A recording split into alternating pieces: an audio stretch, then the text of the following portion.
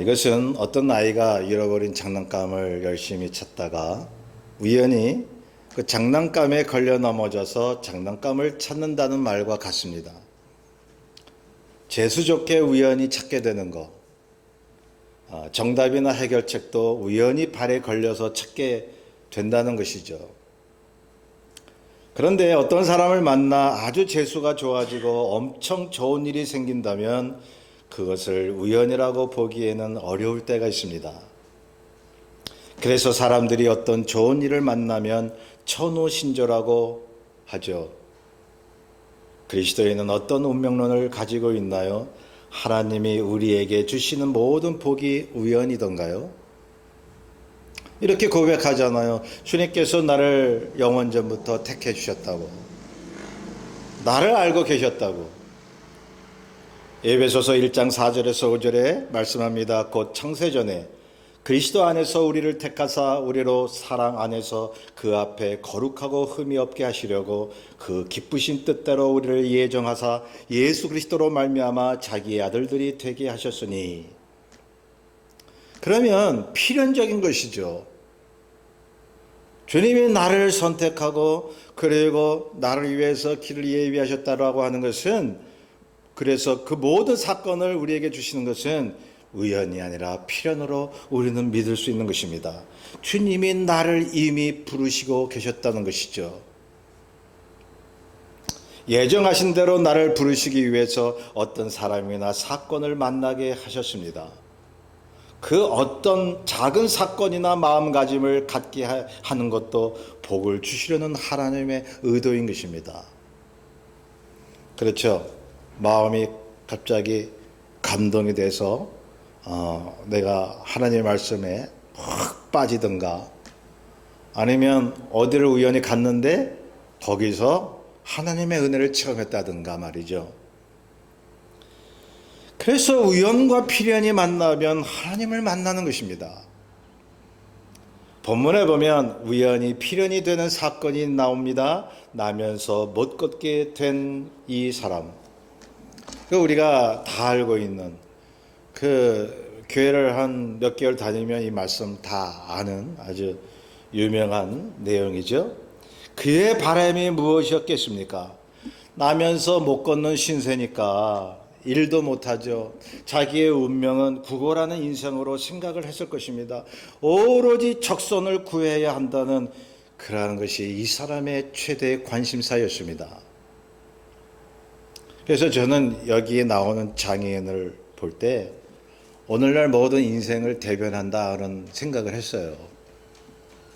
그저 먹고 사는 데만 초점을 맞추는 인생들을. 이 사람은 날마다 성전 비문에서 성전에 들어가는 사람들에게 구걸을 하고 있습니다. 왜 성전 문 앞에서 구걸을 했을까요? 이렇게 생각해 볼 수 있죠. 성전에 들어가는 사람은 마음이 그래도 선하고 착하겠지. 그러면 나도 도와주겠지.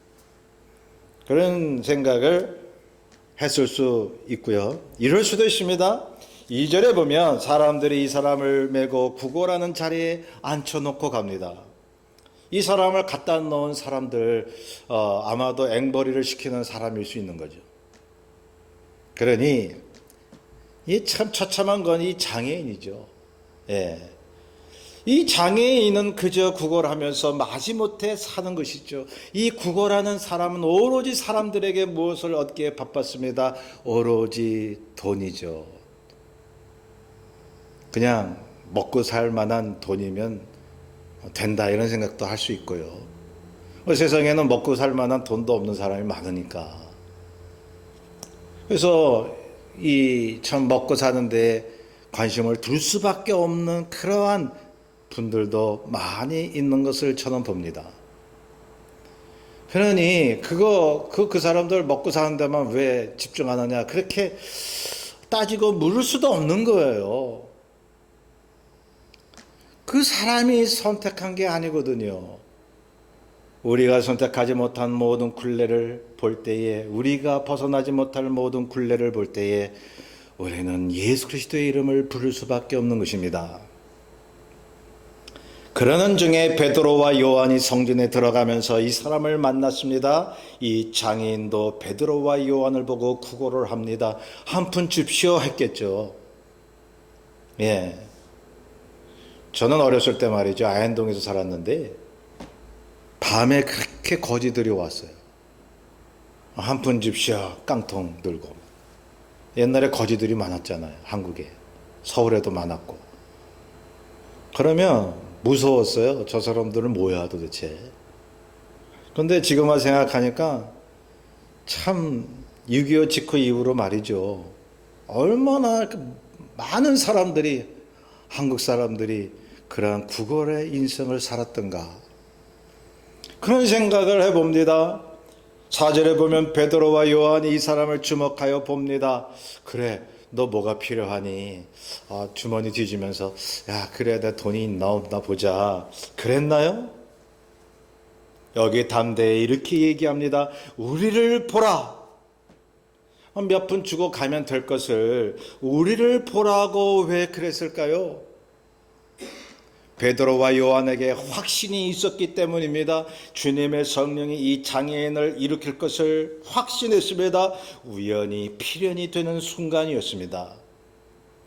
그냥 평소에 일어나는 일이고 그냥 스쳐 지나가는 사건이 하나님의 사건으로 바뀌는 그런 예가 성경에 얼마나 많이 나옵니까? 우리의 인생 중에서도 베드로와 요한이 이 장애인을 만난 것과 이 장애인이 두 사람에게 구걸한 것이 우연이고 그저 평상적으로 일어나는 일 같은데 영원전부터 이 장애인을 주님이 택하셨다는 필연적인 사건이 벌어집니다. 그러니 저도 이렇게 막 안 좋은 일이 있을 수 있잖아요. 내가 원하지 않던 일이, 교회에 분란이 일어나거나 여러 가지 힘든 일이 일어날 때 우연이라고 생각하지 않을래요. 하나님께서 내게 정하신 길이라고 생각을 하면 막 힘이 솟는 거예요. 하나님이 허락하신 상황이면 분명히 뜻이 있고 분명히 길이 있잖아요. 자, 우리가 신앙생활 할 때 적어도 우리의 의지보다 하나님께서 우리를 이끌어 가시는 수동태의 삶임을 우리가 안다면 우리가 어쩔 수 없는 게 많은 거예요. 하나님 앞에 택함받고 은혜 받는 것도 어쩌면 수동적인 거예요. 알고 보니까 너무나 은혜로 하나님의 손길이었다는 것이죠. 성도 여러분, 우리는 흔히 알기를 하나님의 복과 영생을 받으려면 우리의 믿음의 의지가 필요하고 말씀을 늘 묵상하고 순종해야 한다고 배웠습니다. 이 말이 맞는 거예요. 정말 맞는 말이에요. 그런데 반드시 그렇지 않다는 거예요. 바울을 보면 애초부터 믿음이 있어서 다메섹 도상에서 부활하신 예수님을 만났나요? 오히려 그리스도인들을 잡으러 가는 길이었는데, 그런데 부활하신 예수님이 그를 부르셨다는 거죠. 수동적으로 바울의 입장에서 볼 때는. 베드로나 그의 제자들이 처음부터 주님을 잘 믿어서 제자로 나서게 되었나요? 일방적인 부르심이죠. 오라, 나를 따르라 하는 거죠. 그 밖에 전혀 하나님을 모르거나 주님을 외면한 사람들이 있었는데 나다나엘 같은 사람. 그런데 갑자기 주님께 부르심을 받은 경우들이 있습니다. 그러니 우리가 주님을 부르기 전에 주님이 우리를 그 예정하신 대로 택하시고 부르신다는 말씀이 아니겠어요? 어떤 분은 자기가 자기 의지로 잘 믿는 것처럼 그렇게 생각하는 분이 계셔요. 본문에 나오는 이 장애인도 처음부터 믿음이 있어서 기적을 체험한 것이 아니라는 사실입니다. 그저 먹고 사는 문제만 생각했던 그 사람, 5절에 보면 그가 그들에게서 무엇을 얻을까요? 바라보거늘이라고 나와 있습니다. 그저 베드로와 요한에게 돈이나 얻을 것을 고대했던 것입니다. 그것밖에는 생각이 없었던 거죠, 이 사람에게. 그런데 돈이나 구걸하고 먹고 사는 문제에만 갈급한 이 사람이 무슨 믿음이 있다고 주님이 그에게 놀라운 은혜를 주셨느냐 이 말이죠. 의아하지 않나요? 저는 처음에 이 말씀을 보고 의아했어요. 주님 믿습니다. 나를 고쳐주소서 한 것도 아니에요. 바디메오는 주여 나를 불쌍히 여기소 하고 믿음으로 다가가서 주님이 고쳐주셨죠. 근데 이 사람은 그런 믿음이 처음에 없었어요. 오늘 본문을 보고 제가 내린 결론은 오직 주님의 사랑과 은혜라는 것밖에는 설명이 되지 않습니다. 그리고 뭔가 늘 가급해하는 사람을 주님이 부르신다는 사실을 알게 되었습니다. 예수 몰라도 뭔가 갈급하고 뭔가 다급하고 뭔가 믿음이 좀 필요하지 않나 하는 사람이 주님을 믿는 거죠. 자, 그런데 우리가 갈급해하는 것보다 주님이 택하신 사람을 부르시는데 우리보다 더 갈급해 하신다는 것을 성경이 보여주고 있습니다. 우리보다 주님이 더 급합니다. 더 갈급합니다. 주님이 더 애타하시고 우리를 부르고 계십니다. 6절에 보면 베드로가 이 사람에게 말하죠. 은과 금은 내게 없거니와 내게 있는 이것을 내게 주노니 나사렛 예수 그리스도의 이름으로 일어나 걸으라. 성도 여러분, 우리가 그리스도를 믿는 사람이고 예수 그리스도의 이름으로 내가 영생을 얻고 하나님의 자녀가 됐다는 걸 믿는다면 이웃에게, 주님을 모르는 사람에게, 어려워하는 사람에게 무엇을 주고 싶으신가요? 정말 그 사람을 사랑한다면 제일 귀하게 여기는 것을 주고 싶지 않겠어요? 그렇다면 우리가 이웃에게 주고 싶은 것이 무엇이 되어야 하겠습니까? 내게 가장 귀한 것, 정말 그 사람을 사랑해서 내가 가장 귀한 것을 주고 싶은데 크리스천들이 당연히 예수 그리스도의 이름을 나누고 싶지 않겠어요? 정말 제가 안타까운 것은 교회든 다른 장소든 어느든 그리스도인들이 이렇게 모여서 하는 얘기가 주로 세상 돌아가는 얘기만 해요. 여기 믿지 않는 사람도 있고 믿음이 약한 사람들이 있는데 자꾸 우판이 좌판이 정치인 막 욕을 하고 그러면서 나 예수 믿는다 그러거든요. 여러분, 이것은 예수 그리스도의 이름을 믿지 않은 자들에게 주기는커녕 주님을 못 믿게 하는 그러한 처사가 아닐까요? 예수 믿는 사람이 다 그래. 자, 정말로 믿음에 서 있는 사람은, 주님을 사랑하는 사람은 다른데 별로 관심이 없습니다. 정치나 이 나라의 모든 사회에 돌아가는 것도 관심을 갖고 기도는 하지만, 그러나 가장 관심 있고 귀하게 여기는 것이 예수 그리스도의 이름이 아니겠습니까? 그러면 믿게 하고 싶은 거예요. 예수 그리스도의 이름을 나눠주고 싶은 거예요. 그래서 주님의 이름 자체, 그분 자체를 자랑하고 알리고 싶은 마음이 가득한 거죠. 주님이 주신 은혜와 선물보다는. 자꾸 그 포커스가 조금 약간 안 맞는 경우가 있어요. 제가 미국에 이민 오기 전에 미국에 잠깐 이제 왔다 갔죠. 그때 이제 우리 아이들 선물을 사가지고 이제 인천공항에 딱 도착을 했는데 우리 아이들이 딱 마중 나왔어요. 그래서 이제 우리 딸이 이렇게 아빠를 이렇게 한 2주 만에 딱 보는데 아빠하고 달려올 줄 알았더니 제가 뭘 들고 있나, 자기한테 무슨 선물을 들고 있나, 선물을 줄 건가, 그것부터 생각을 하고 있다는 거죠. 서운하죠. 아빠를 먼저 반기는 것이 아니라 아빠가 나한테 무슨 선물을 가져왔나, 그것부터 관심을 갖고 있더라는 것이죠. 우리가 신앙생활 하면도 그거 아닙니까? 오직 그 사랑하시는 그분, 오직 우리를 위하여 몸버려 정말로 죽으신 그분을 그토록 사랑하는 믿음이 첫째가 돼야 되지 않겠나요? 그런데 주님이 나에게 뭘 주지? 거기만 관심을 갖고 있는. 물론 우리 주님께서는 우리에게 많은 걸 주시죠. 자기 목숨도 버리셨는데요. 그래서 크리스천들이 이웃에게 정말 주고 싶은 것은 나사렛 예수 그리스도의 이름인 것입니다. 그분 자신인 것입니다. 마땅히 신앙인은 그래야 하는 것입니다.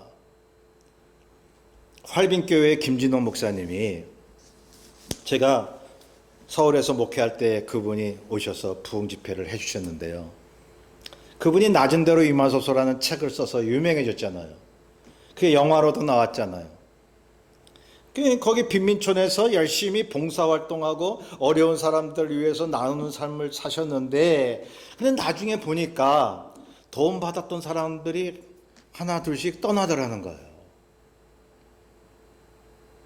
이분이 그제서야 깨달은 게 하나 있는데, 이분이 뭐라고 얘기하셨냐면, 내가 물질적 도움이나 인정을 베푸는데 너무 신경을 쓴 나머지 이 사람들에게 복음을 전하는 데 게을리했구나. 정작 예수 그리스도의 십자가 복음을 증거해야 되는데 그냥 같이 함께 하면서 나눠주고 그냥 뭐 이렇게 어려운 문제 풀어주고 여기에만 그냥 몰두했다는 거죠. 그러니까 그 김진호 목사님이 후회를 하시는 거예요. 내가 정작 해야 할 거를 왜 나 그 복음을 나눠주지 못했는가. 본문을 다시 돌아가 보면 여기 나면서부터 못 걷는 사람이 갈급히 찾은 것은 물질이었다고 했습니다. 오로지 먹고 사는 거였습니다. 그런데 베드로와 요한은 이 사람을 정말 도와주고 싶은 것은 그것이 아님을 말하고 있습니다. 정말로 이 사람을 살게 하는 것은 예수 그리스도의 이름, 나사렛 예수 그리스도의 이름, 그 예수 그리스도의 이름을 믿고 은혜를 체험하게 하기만 하면 이 사람의 모든 문제가 끝나버리는 거예요. 은과 금은 내게 없거니와 내게 있는 것으로 내게 주노니 나사렛 예수 그리스도의 이름으로 일어나 걸어라. 그 이름을 알고 믿기만 하면 모든 짐에서 벗어날 수 있다는 것을 명명백백하게 보여주는 말씀이죠. 그러니 예수 그리스도의 이름을 알게 되면 먹고 사는 문제는 아무것도 아님을 보여주는 거예요. 신앙인들이 적어도 내가 이 땅에서 사는 동안 겪는 문제들이 많이 있지만 그 모든 문제를 해결할 수 있는 것은 하나의 키, 예수 그리스도를 믿는 믿음이라는 것을 굳게 마음속에 새겨야 되는데, 예수 그리스도의 이름보다는 그냥 자기가 무엇을 해보려고, 그러다가 이제 안 되면 주님 도와주세요, 그 정도밖에 안 되잖아요. 그러므로 어떤 문제가 있다면 복잡하게 생각할 필요 없이 나사렛 예수 그리스도의 이름만 외치면 되는 것입니다. 딸려오는 모든 문제들이 곧 우리 앞에서 굴복할 것입니다. 7절 이하에 보면 베드로가 걷지 못하는 이 사람의 오른손을 잡아 일으키니 발과 발목이 곧 힘을 얻어서 뛰어서서 걸었다고 했습니다. 그들과 함께 성전을 이제 들어가면서 걷기도 하고 뛰기도 하며 하나님을 찬송했다고 했습니다. 그걸 본 모든 백성이 야, 저 사람은 성전 비문에서 구걸하던 사람이 아니냐, 깜짝 놀란 거죠. 그러니 이 구걸하던 사람, 이 장애인이 하루만 온 게 아니죠. 매일같이 와서 구걸하니까 거기 있는 사람들이 다 알고 있는 거예요. 이 사람, 이 사람이 이렇게 일어나지도 못하고 구걸만 했던 사람 아니냐. 그러니 말이죠, 저는 기적을 사모해요. 하나님의 말씀에 깊이 영적인 양식도 사모하지만 그와 버금가게 외적인 표적도 사모하거든요. 제가 암에서 이제 고침받고 목사가 됐으니까요. 기적을 체험한 이 사람은 그 후로 어떻게 되었겠습니까? 이제는 구걸할 필요가 없어졌습니다. 건강한 몸을 가졌기 때문입니다. 일도 할 수 있게 되었습니다. 사랑관계가 회복되었습니다. 그보다 먼저 예수 그리스도를 믿게 되었습니다. 영생을 얻게 되었습니다. 예수 그리스도의 이름 하나로 전인 치유가 일어난 거예요. 예수님은 이 땅에 오셨을 때 그냥 병자 고치고 먹을 거 주고 그렇게만 하려고 오신 분이 아니거든요. 예수 그리스도의 이름을 믿기만 하면 치유가 일어나는데, 전인 치유란 말이죠. 하나님과의 관계, 나와의 관계, 이웃과의 관계, 사회적인 관계, 모든 생활 면에서 회복이 되는 그런 게 전인 치유죠. 주님의 이름과 복음은 믿는 자로 하여금 온전케 하며 하나님의 나라를 경험하게 합니다. 신앙인마다 믿음의 차이가 있죠. 교회마다 목사님들의 메시지 강조하는 게 조금씩 다를 수 있습니다. 어떤 분은 말씀의 깊이, 영적인 그러한 양식을 강조하죠. 성령의 열매, 그리스도의 인품을 더 중요시합니다. 당연히 맞는 말씀이죠. 저도 이걸 더 강조해요, 사실은. 그런데요, 그렇다고 해서 주님이 이 땅에 오셔서 병자들을 고치시며 오병이의 역사를 베푸신 사건을 무시하면 되겠나요? 주님이 마태복음 11장 5절에 이루시기를 맹인이 보며 못 걷는 사람이 걸으며 나병 환자가 깨끗함을 받으며 못 듣는 자가 들으며 죽은 자가 살아나며 가난한 자에게 복음이 전파된다 하라고 말씀하셨습니다. 만약 주님이 우리의 육체를 중요시 하지 않으셨다면 육체를 입고 세상에 오셨을까요? 오늘날도 하나님의 나라를 전파해야 할 우리는 성령의 역사로 기적과 표적을 위해 기도해야 합니다. 나사렛 예수 그리스도의 이름으로 병자를 고쳐야 합니다. 예수의 이름으로 귀신을 내어 쫓아야 합니다.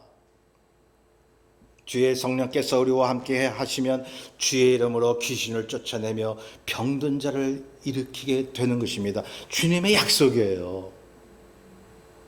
예, 이것이 하나님의 나라를 세워나가는 이 땅에서의 우리의 믿음 생활이 되어야 합니다. 주님은 영의 양식과 사랑을 강조하셨지만 그와 함께 동반되는 성령의 표적도 보여주고 계십니다. 혼탁한 세상 속에 있는 저와 여러분이죠. 영적인 전투에서 승리할 뿐만 아니라 치유와 표적을 위해서도 간구해야 합니다. 어렵고 힘든 사람들의 처지를 생각하고 그들의 필요한 것을 나사렛 예수 그리스도의 이름으로 채울 수 있도록 도와줘야 합니다. 제가 미랄 선교회 장 목사님을 며칠 전에 만났는데 그분이 그런 얘기를 하셨어요. 장애우들 그 참 힘들어하는 그런 친구들이 많이 모였잖아요. 그러면 그들에게 너희들은 몸이 힘들고 그러지만 오직 예수 믿고 천국 갈 믿음 갖고 오직 주님께 그 하나님의 말씀으로 무장할 수 있도록 기도해라. 이렇게만 가르칠 수 없다는 거예요. 이렇게만. 그 장애인들과 학부모들의 니들을 생각하지 않을 수 없었다는 것입니다. 그들의 장애를 놓고 치료해달라고 기도하고 몸이 낫게 해달라고 기도하고 간절히 그들의 원함을 마음속에 새기며 그렇게 간구하고 있다는 이야기를 들었습니다. 먼저는 사람들로 하여금 그리스도의 이름을 알게 하고 그리스도로 인한 이 땅에서의 형통의 역사도 알게 해야 합니다. 보이지 않는 세계는 물론 보이는 세계에서도 역사하시는 성령님을 믿고 의지하는 법을 배우게 해야 합니다. 그래서 우리가 영육간 모두 치유를 체험할 뿐만 아니라 치유를 나누는 우리의 믿음이 되어야 되지 않겠습니까? 그러한 삶이 되기를 주의 이름으로 축원합니다. 우리의 뜻을 잘 생각하면서 우리 합심해서 기도합니다. 오늘 이 말씀을 가지고 주여 우리가 예수의 이름으로 구원을 얻고 하나님의 자녀가 되고 또한 죄사함을 얻었지만 또한 신령의 은사와 영적인 양식을 우리가 구하지만 이 땅에서도 필요한 것을 채워주시옵소서. 주여 이 땅에서도 우리가 풀어야 할 난제들이 많이 있는데 주여 병든 자를 위해서 기도하게 하시고 또한 물질로 어려움을 당하는 자들, 문제로 인해 허덕이는 자들 위해 기도할 수 있는 우리들이 되게 해달라고 합심해서 기도합니다. 할렐루야. 아버지.